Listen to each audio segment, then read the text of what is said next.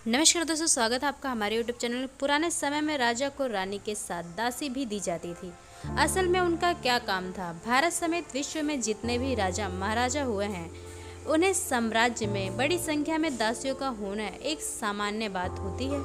मुख्य रूप से दासियों की जरूरत इसलिए पड़ती है क्योंकि पूरे साम्राज्य में व्यवस्था का क्रियावधन करने के लिए जन धन की आवश्यकता होती है। इसके अलावा दासियों का महल की साज सज्जा के लिए भी नियुक्त किया जाता है, लेकिन मुख्य रूप से दासी उन्हें ही बनाया जाता था जो दिखने में सुंदर और अपने कार्यों में निपुण हुआ करती थी। पहले के समय में सभी राजा महल में ही स्त्रियों की शिक्षा और अन्य व्यवस्था करवाते थे। ऐसे में सभी रानी और राजकुमारियों की हर प्रकार की सहायता के लिए दासिया की नियुक्ति की जाती थी। सभी निपुण दासियों में से जो उत्तीर्ण होती थी, उन्हें राजा महाराजा की अपनी बेटियों के विवाह के समय में बेटी के साथ भेजा जाता था।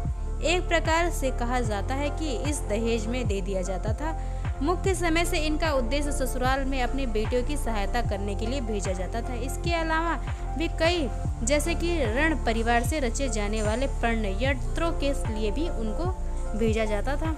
वहीं दूसरे शब्दों में कहें तो राजकुमारी की शादी होती थी तो राजकुमारी से आई दासी शादी राजकुमारी की माँ के साथ आई हुई दासी के बेटे साथ काम किया करती थी। राजकुमारी की शादी के साथ गई दासियों की शादी की जिम्मेदारी उनके ससुराल वालों के पक्ष की होती थी।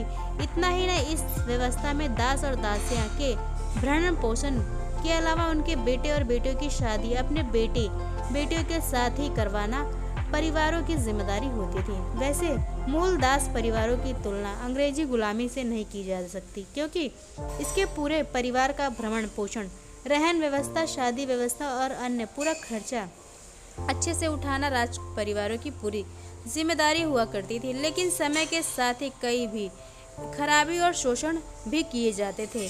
इसके अलावा और भी बहुत सारी चीज़ें होती थी।